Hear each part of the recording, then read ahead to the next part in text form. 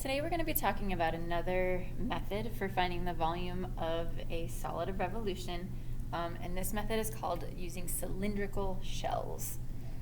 So essentially we're going to find a representative rectangle and it's going to make this cylinder. Okay, if I were to take this cylinder out and unfold it, what we get is a prism.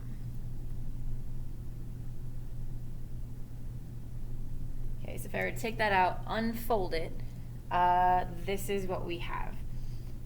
So this distance here is going to be the distance around the circle. So that's going to be the circumference, which is going to be 2 pi r.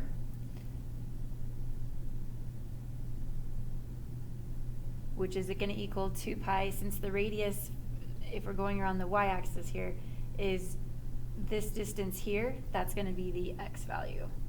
The height is just going to be whatever the function value is.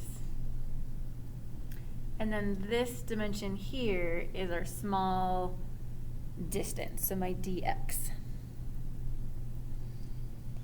Okay, so if you picture this, this is going to be the integral from a to b of, just think about this as a prism, just the length times the width times the height, which in this case is going to be the integral from a to b. The length here is going to be 2 pi x. The height is going to be f of x. And then our infinitesimal small width here is going to be dx. So we talked about discs and washers.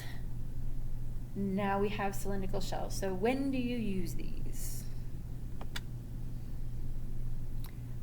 You're going to use discs and washers if your representative rectangle, so this guy right here, if it's perpendicular to the axis of rotation. So if I were to rotate this around the x-axis here, our cross sections would look like washers or look like discs, so we would use that method. Cylindrical shells is going to be if it's parallel. So here we're taking this and rotating it around the y-axis. So this is parallel to that axis, and thus our result is this cylinder, and we use cylindrical shells. Okay, so we're going to use the method of cylindrical shells to find the volume of a solid formed by revolving the region bounded by y equals x minus x cubed and 0 is less than x is less than 1 about the y-axis.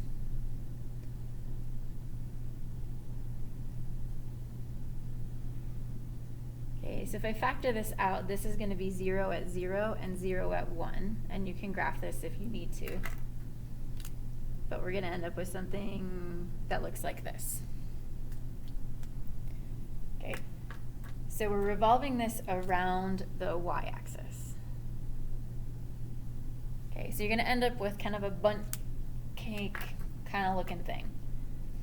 All right, so for cylindrical shells, it's going to be the integral from 0 to 1 of 2 pi times the radius. So if I were to pick just a representative sample here, this distance is going to be whatever our x value is. So we're going to have 2 pi x, and then the height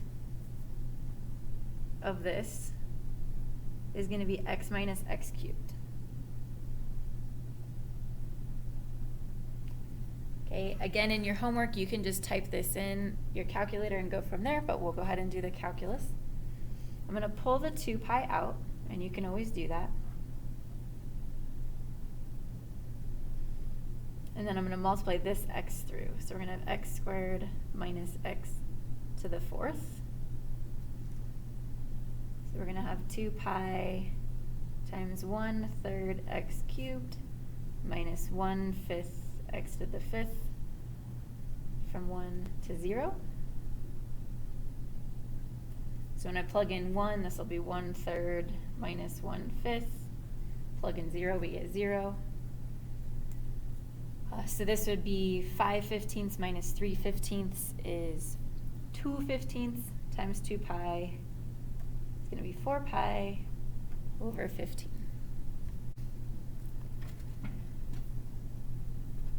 So here we're going to find the volume. when it's enclosed by x equals y squared, y equals x squared. This is the same as y equals the square root of x. And I'm going to show you how we get the same thing using each of the two methods.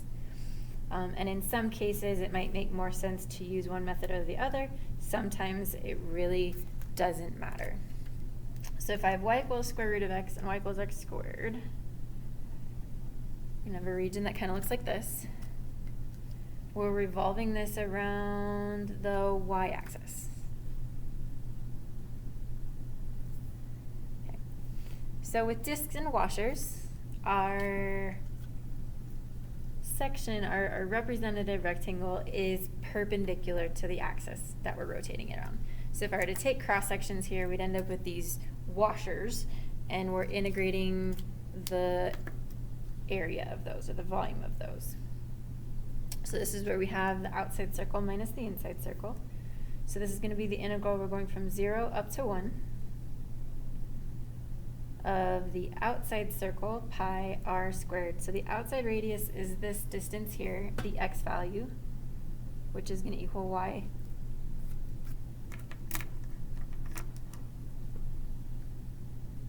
Sorry, this one is x equals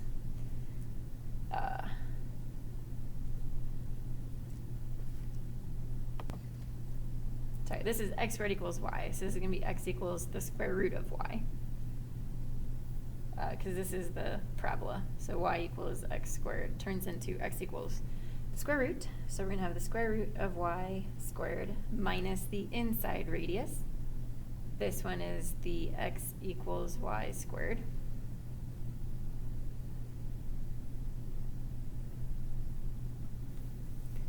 So I'm going to pull the pi out, and that's going to leave me with 0 to 1 of square root of y squared is y minus y to the 4th.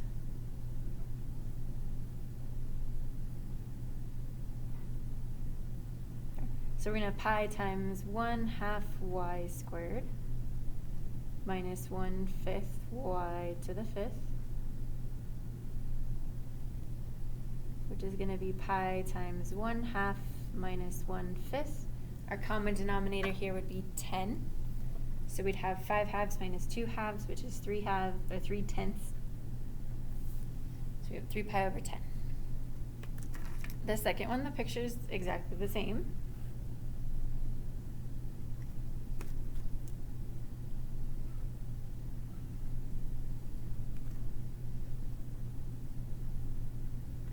But my cross sections are going to be parallel. Okay, we're going to have this cylindrical shell, the shell that's going through the inside. So we're finding the volume of our thing here. So 0 to 1, so we're going from here to here. The radius, so our circumference is 2 pi r, which in this case is 2 pi x. The height in this case is going to be this one minus this one. So it's y equals the square root of x minus x squared.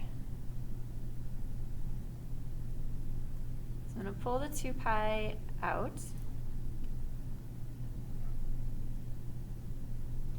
Okay, and then multiply this through. So x times the square root of x, which would be x to the 1/2, is going to be x to the 3 halves minus x times x squared is x cubed. So then we'll just do the power rule. So we'll add 1, which will be to the 5 halves, and then undo that.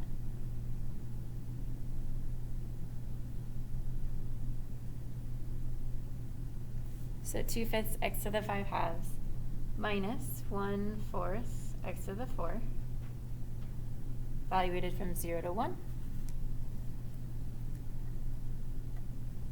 So when we plug in 1, we're going to have 2/5 minus 1/4.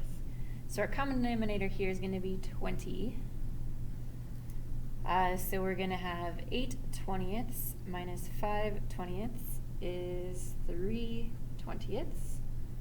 And then if we multiply 2 pi times 3/20, we get 3 pi over 10.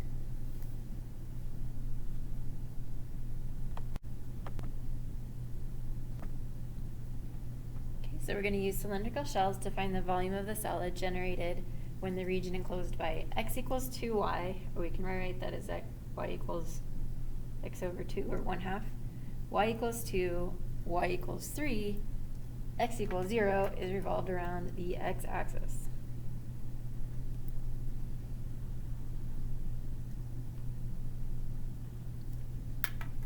Okay, so we've got two horizontal lines at 2 and at 3.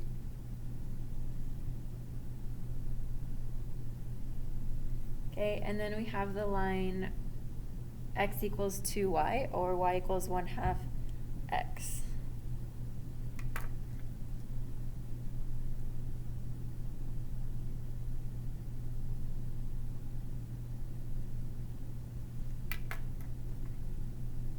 So when x is 4, y is 2. When x is 6, my y is 3.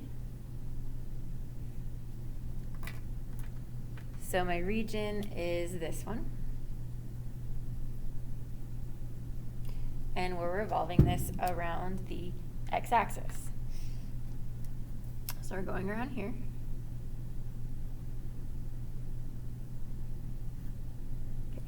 Now, if I were to do discs and washers, which you could do, we'd have to break it up into two integrals, from here to here, and then from here on. But using cylindrical shells, I can just do it from one integral. So this is going to be the integral from 2 to 3 of 2 pi. My radius is going to be y. And then the height is going to be this height here, the x value, which is going to equal 2y.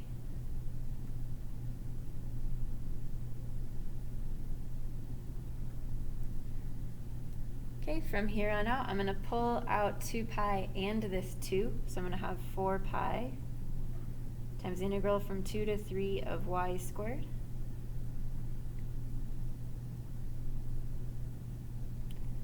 This will be 1/3 y cubed, evaluated from 2 to 3.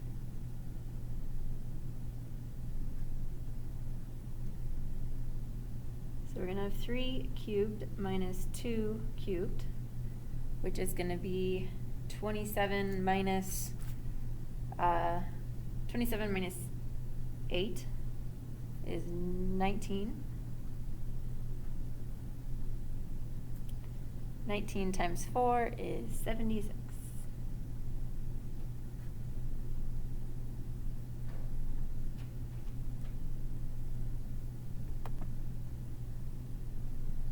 Okay, so we're going to find the volume of the solid generated by revolving x cubed plus x plus 1, y equals 1, and x equals 1 about the x-axis.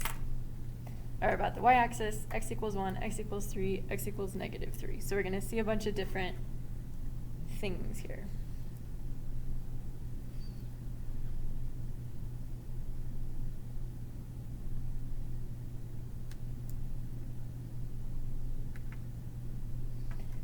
So we have this cubic function that we're going to graph. So it's going to start at 1 and go like this. And then we're bounded by the lines x equals 1 and y equals 1. So the region that we're rotating is this. And we're rotating this around the y-axis. Okay, so my cross-section is parallel, so we're using cylindrical shells. So this will be the integral from 0 to 1. 2 pi x, our circumference, times the height. Well, the height in this case is going to be the cubic function, x cubed plus x plus 1 minus 1. Okay, so that would end up just being 0 in there. And we could certainly go through and do the math, but I'm just going to go ahead and calculator it. Okay, so let's look at the same region.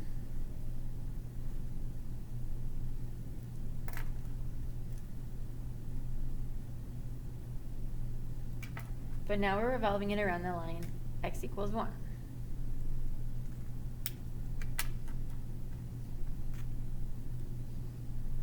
So we're going to revolve it around here. So now it's going to kind of look like this. Okay, our cross sections are still going to be these. So it's going to be from 0 to 1 of 2 pi, and then we need to figure out the circumference. The circumference, though, in this case, or our radius, the radius for this one was just the distance from the y-axis to here, which was just the x.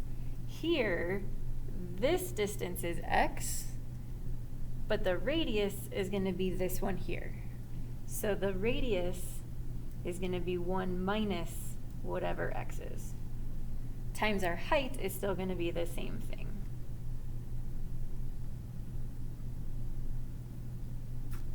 So this will be 1.361 if you put it in the calculator. Okay, what about if we go to the line x equals, same region, but rotated around x equals 3?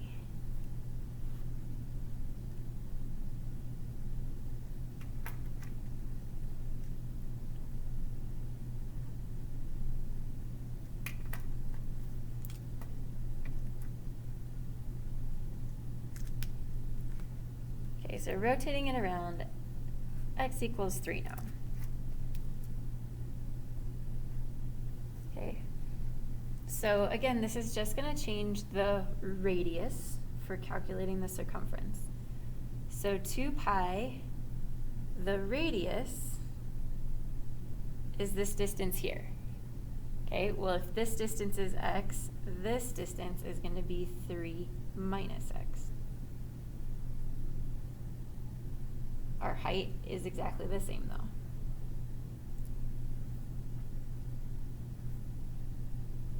Get 10.786. All right, what if we rotate it around x equals negative 3?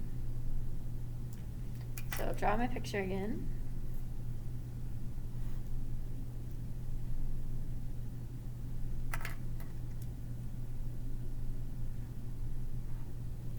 So x equals negative 3 is going to be over here.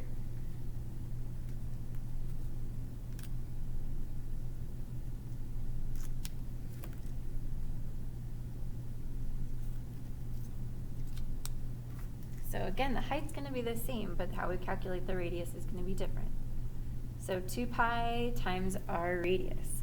So the radius is going to be this distance right here.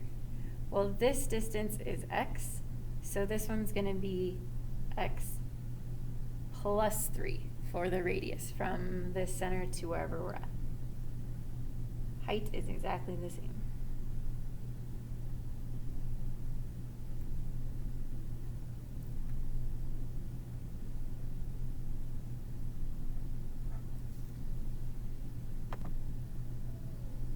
Okay, use the method of cylindrical shells. Set up the integral that would find the volume generated enclosed by y equals x cubed, x equals 0, y equals 8 is revolved around x-axis, y equals 8, y equals 10, and y equals negative 2. I'm just going to go ahead and do one picture for all of these.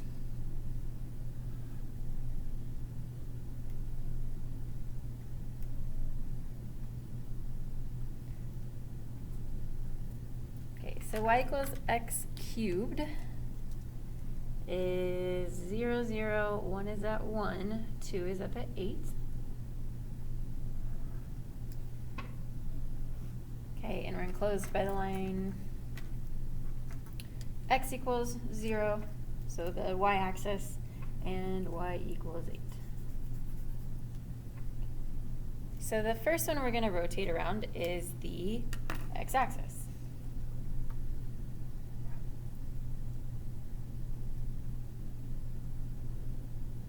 So for cylindrical shells, our representative rectangle is parallel to the axis. So we're going around here. So we're going to have the integral from 0 up to 8 of 2 pi. My radius is going to be the y value. The height is going to be the x, which is going to equal y to the 1/3 or the cubic root of y, either way.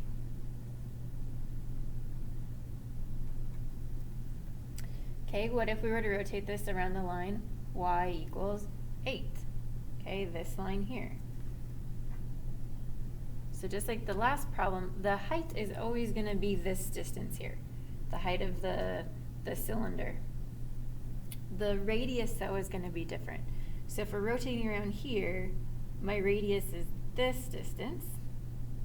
So if this is y, that distance is going to be 8 minus y.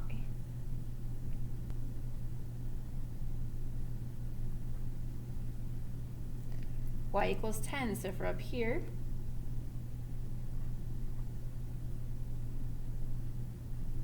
okay, if we're rotating around here, this is y. The radius from the center to our representative rectangle is going to be 10 minus y.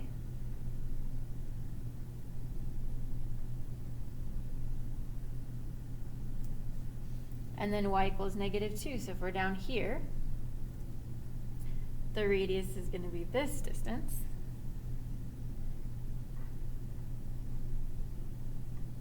So that's going to be the y value plus 2.